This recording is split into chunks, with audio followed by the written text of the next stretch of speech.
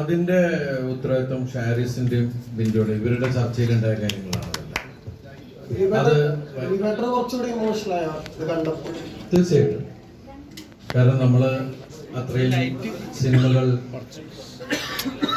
ചെയ്യുകയും അതിൽ വ്യത്യസ്തമായിട്ടുള്ള ഒരുപാട് കഥാപാത്രങ്ങൾ, ശരിക്കും പറഞ്ഞാൽ അവർക്ക് ഞാൻ ചെയ്ത മായ മോഹിനി, പച്ചക്കുതിര, സൗണ്ട് തോമ, അങ്ങനെ ഒരുപാട് സാധനങ്ങൾ ചെയ്യണമെന്നൊക്കെ ഉണ്ട്. പക്ഷെ അത് ചുരുക്കിയെന്ന് വെച്ചിട്ടുണ്ടെങ്കിൽ എല്ലാത്തിനും ടൈം ലിമിറ്റ് ഉണ്ടല്ലോ, ബിഗിനിങ് തുടങ്ങിയത്.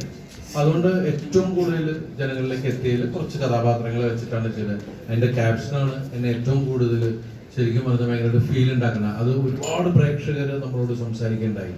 അത് ഭയങ്കരമായിട്ട് ഞങ്ങളെ ആ സിനിമയിലേക്ക്, നമ്മൾ അത്ര കാലം ചെയ്ത സിനിമയെ പറ്റി ഒരു നിമിഷം കൊണ്ട് ഓർമ്മിപ്പിക്കാന്ന് പറയില്ല, ആ ഓർമ്മപ്പെടുത്തലുണ്ടാക്കിയത് ഇവരുടെ ഷാരിസ്. Thanks a lot.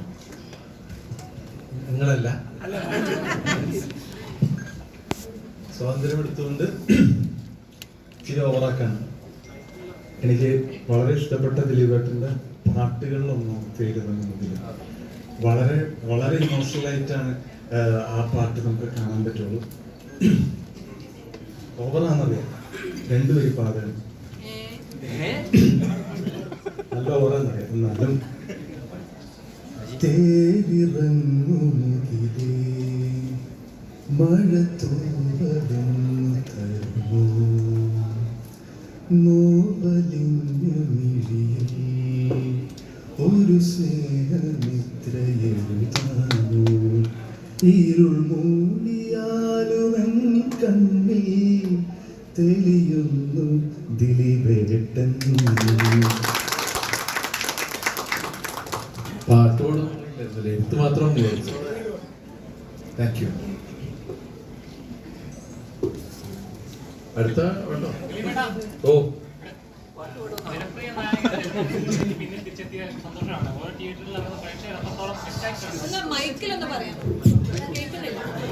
ജനമനസ്സുകളിലേക്ക് പിന്നെ എത്തിയ സന്തോഷമാണ് എല്ലാവർക്കും. തിയേറ്ററിൽ ഇറങ്ങി എല്ലാവരോടും ചോദിച്ചപ്പോൾ ഇതിന് കിട്ടിയ റെസ്പോൺസ് ആണ്. പഴയ ഒരു ദിലീപേട്ടനെ കാണാൻ സാധിച്ചു. ഹ്യൂമറുകൾ വീണ്ടും വീണ്ടും പൊട്ടിച്ചിരിപ്പിക്കുന്ന, അല്ലെങ്കിൽ ഫാമിലി ആയിട്ട് കുട്ടികളുമായിട്ട് വന്ന് ആസ്വദിച്ച് കണ്ടുപോകാൻ പറ്റുന്ന ഇതേപോലെ ഒരു സോളോ ഹിറ്റിന് വേണ്ടിയിട്ടാണ് കാത്തിരുന്നത്. അല്ല, ഹിറ്റുകൾ സംഭവിക്കുന്നതല്ലേ. നമ്മൾ ഓരോ സിനിമ ചെയ്യുമ്പോഴും എല്ലാവരും, എല്ലാ കലാകാരന്മാരും, എല്ലാ നിർമ്മാതാക്കളും, എല്ലാ സംവിധായകരും, എഴുത്തുകാരും ചെയ്യുന്ന ഈ സിനിമ ഹിറ്റാവും എന്ന് പ്രതീക്ഷിച്ചുകൊണ്ട് തന്നെയാണ്.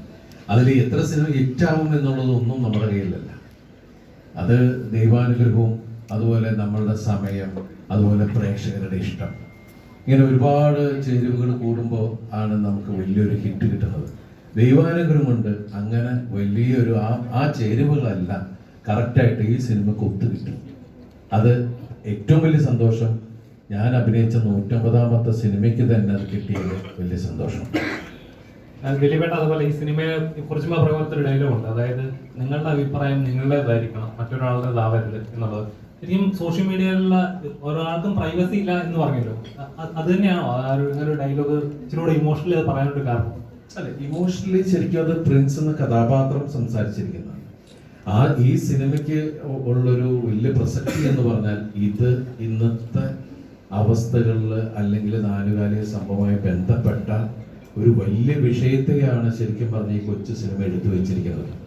നമ്മളുടെ എല്ലാവരുടെയും ലൈഫിനെ, കാരണം നമ്മളെല്ലാവരും ഇന്ന് ശരിക്കും പറഞ്ഞിട്ടുണ്ടെങ്കിൽ സോഷ്യൽ മീഡിയയിൽ എനിക്ക് തോന്നുന്നു 95-99% ആൾക്കാരും അതിൽ സജീവമാണ്, അല്ലേ? അപ്പൊ അതിൽ എടുത്തു വെക്കുന്ന അഭിപ്രായങ്ങൾ സത്യസന്ധമാണ്. എല്ലാവർക്കും അഭിപ്രായങ്ങളുണ്ട്. ആ അഭിപ്രായങ്ങൾ നമ്മൾ പറയുമ്പോൾ നമ്മളുടെ അഭിപ്രായമാണ്. അത് വേറൊക്കെ അടിച്ചേൽപ്പിക്കുക എന്ന് പറയുന്നത് ശരിയല്ല. കാരണം അത് ഒരാളൊരു കാര്യം പറഞ്ഞാൽ അത് തന്നെയാണെന്ന് അങ്ങനെയല്ല. ഇപ്പൊ ഇവിടെ ഇരിക്കുന്ന എല്ലാവർക്കും വിഭിന്ന അഭിപ്രായങ്ങൾ ഉണ്ടാവും ഒരു കാര്യങ്ങളെ കുറിച്ചിട്ട്, ഒരു കാര്യത്തെ കുറിച്ചിട്ട്. അപ്പൊ അതുപോലെ തന്നെ പക്ഷെ ഈ ഒരു സിനിമ ഗംഭീര വിജയമാക്കുന്നത് അതിലെ എല്ലാവരുടെ ടേസ്റ്റും എല്ലാവരുടെ അഭിപ്രായവും എല്ലാം ഒരേ പോയിന്റിലേക്ക് വരുമ്പോഴാണ് സൂപ്പറായിട്ട് കേട്ടോ, ഗംഭീരമായിട്ട് കേട്ടോ, നല്ലതാണെന്ന് പറയുന്നത്. കാരണം ഇത് ശരിക്കും പറഞ്ഞാൽ ഒരു ഭക്ഷണം പാചകം ചെയ്യുന്ന പോലെയാണ്. നമുക്ക് അറിഞ്ഞൂടെ ഇതിന്റെ ചേരുവകൾ നമ്മൾ ഉദ്ദേശിച്ചെടുക്കും, പക്ഷെ അത് ഭയങ്കര ടേസ്റ്റ് ആവുന്നു എന്ന് പറയുന്നത് പോലെ തന്നെയാണ് സിനിമയിൽ. ആ ചേരുവകളുടെ ഫോമുകൾ നമുക്ക് അറിയയില്ല. അത് സംഭവിക്കുന്നതാണ്. അപ്പൊ അതുകൊണ്ട് ആ സിനിമ നല്ലതാണോ ചീത്തയാണോ എന്ന് പറയുന്നത് ഒരാളുടെ വ്യക്തിപരമായ അഭിപ്രായമാണ്. അപ്പൊ അതിനെ കുറിച്ചാണ് ആ സിനിമ പറയാറ്. പിന്നെ എനിക്ക് എൻ്റെ അഭിപ്രായം പറയാം, ഇക്കയുടെ അഭിപ്രായം പറയാം. പക്ഷെ അത് മറ്റുള്ള ആൾക്കാരുടെ ലൈഫിനെ ബാധിക്കുന്ന രീതിയിൽ ആവരുത് എന്നുള്ള ഒരു ഓർമ്മപ്പെടുത്തലാണ്. സത്യം പറഞ്ഞ ഉർവശി ചേച്ചി ഇതിൽ ഒരു ക്യാമിയോ റോളാണ് ചെയ്തിരിക്കുന്നത്. പക്ഷെ ആ ക്യാരക്ടറിന്റെ അത് പറയുന്നതിന്റെ പ്രസക്തി നമ്മുടെ ലൈഫിൽ വളരെ അല്ലേ എല്ലാവർക്കും തോന്നിയിട്ടുള്ള കാര്യം തന്നെയാണ്. അതുകൊണ്ട് തന്നെയാണ് അത് തിയേറ്ററിൽ അത്രയും കയ്യടി ഉണ്ടാക്കുന്നത്. അത് അതുപോലെ വാല്യൂ ഉള്ള ഇന്ന് നമ്മളുടെ എനിക്ക് തോന്നുന്നു നമ്മളുടെ ഇത്രയും കാലത്തെ സിനിമാ ജീവിതത്തിൽ നമുക്ക് ഒരിക്കലും മറക്കാൻ പറ്റാത്ത നമ്മുടെ മലയാള സിനിമയുടെ അത് ഇന്ത്യൻ സിനിമയുടെ ചരിത്രത്തിൽ എടുത്തു പറയേണ്ട ഒരു നായികയാണ് അത് സംസാരിക്കുന്നത്.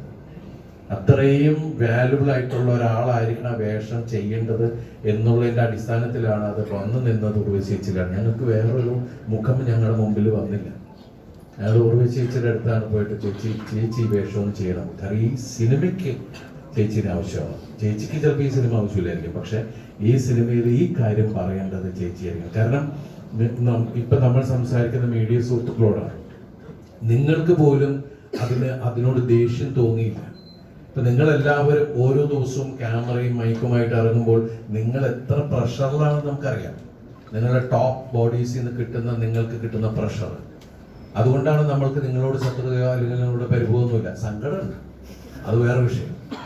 പക്ഷെ നിങ്ങളുടെ വിഷയങ്ങൾ ഞാൻ നിങ്ങളിൽ ഒരാളെ പോലെ അഭിനയിച്ചൊരു സിനിമയാണ് സ്വന്തം ലേഖകൻ എന്ന് പറഞ്ഞ സൊല്ലെ എന്ന് പറഞ്ഞ ചിത്രം.